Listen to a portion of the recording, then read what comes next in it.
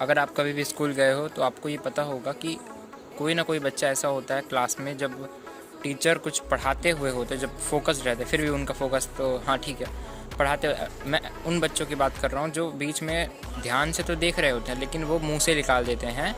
कि मतलब उनको लगता है कि वो भी समझ रहे हैं। समझ पा रहे हो? मतलब कोई टॉपिक एक्सप्लेन कर रहे हैं कोई टीचर, तो कोई बच्चा उठ के बोल दिया कि आ, ये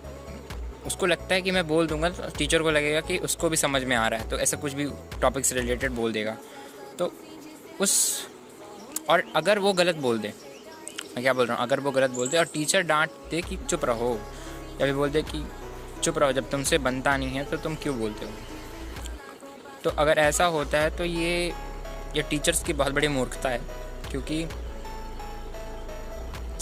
जब टीचर जान के कि बच्चा गलत समझ रहा है, आप जो समझाना चाहते हो, जिस नज़र से आप देख रहे हो कॉन्सेप्ट को, उस नज़र से चीज़ों को बच्चा नहीं देख रहा, वो किसी मतलब वो कोई लॉजिक लगा रहा होगा ना, वो कुछ और दुनिया में होगा। और आपने अगर डर बैठा दिया कि वो बोले ना, वो कुछ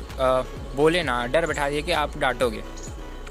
तो जब बोलेगा नहीं तो बच्चे तो अपने मन में आप कुछ एक डायरेक्शन में पढ़ा रहे हो, बच्चे अलग अलग डायरेक्शन में सोच रहे होंगे, अलग अलग डायरेक्शन सोच रहे होंगे, कुछ भी उल्टा सीधा सोच रहे होंगे, है ना। तो ये तो बहुत बड़ी बकवास बात है कि टीचर्स को ऐसा नहीं बोलना चाहिए, और उनको उनको ये फोकस करना चाहिए कि